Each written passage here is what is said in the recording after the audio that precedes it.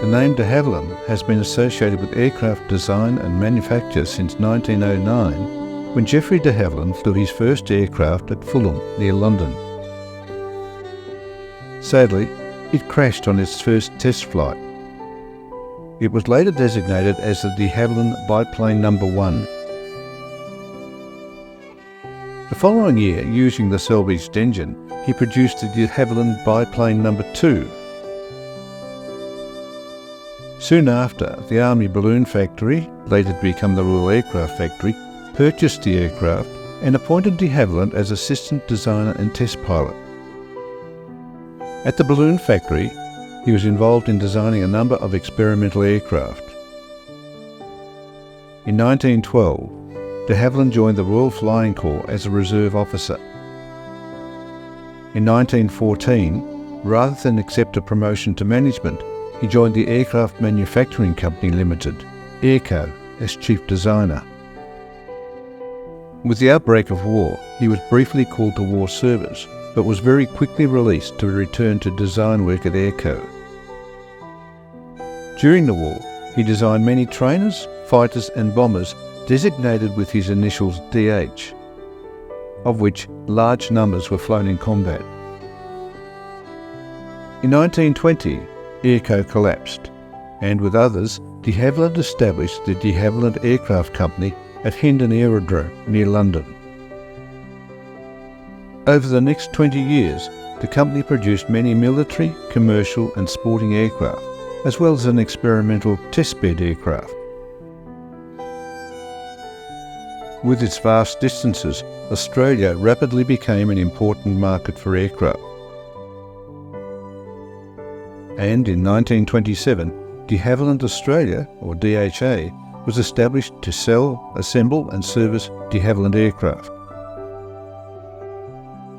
Subsidiary companies were also created in Canada and New Zealand. The most notable and numerous aircraft produced in the period between the wars were the Moth family. Most were built in Britain, but many were built by subsidiaries and by licensees around the world.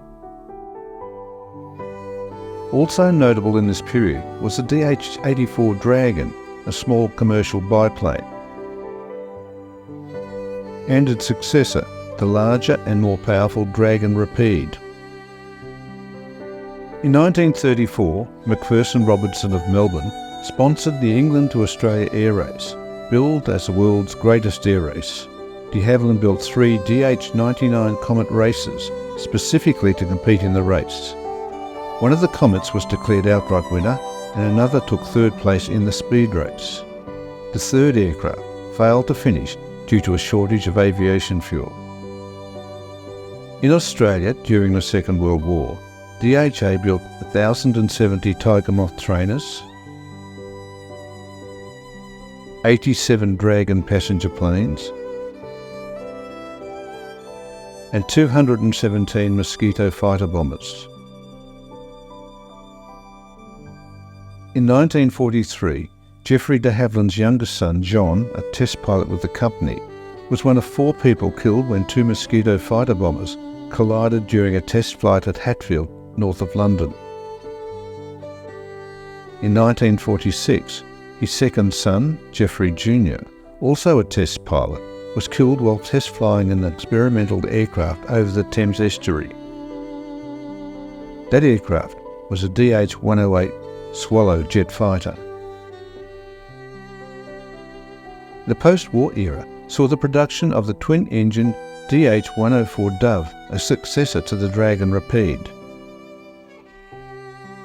There was also a larger 4-engine derivative, the DH-114 Heron. In Australia, DHA designed and built the tri-motor DHA-3 Drover. De Havilland aircraft very much established its place in the jet age, with the first flight of the prototype DH-100 Vampire fighter in 1943. Deliveries commenced in 1946. Over 4,000 were built, with 190 being built by DHA in Australia. Variants included the 2-seat Sea Vampire carrier-based fighter and the D-115 trainer, The DH-112 Venom, a further development of the Vampire, first flew as a prototype in 1949 before entering service in 1952. There were several variations, including a naval version, the Sea Venom. In all, 1,487 Venoms and Sea Venoms were built. The DH-110 Sea Vixen was also a carrier-based fighter built for the Royal Navy.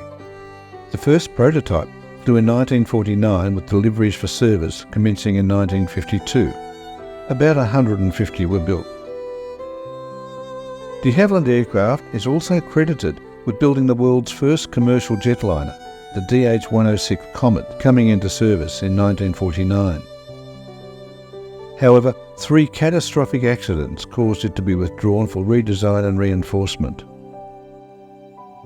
A total of 114 were built up to 1968, the last still flying in 2011.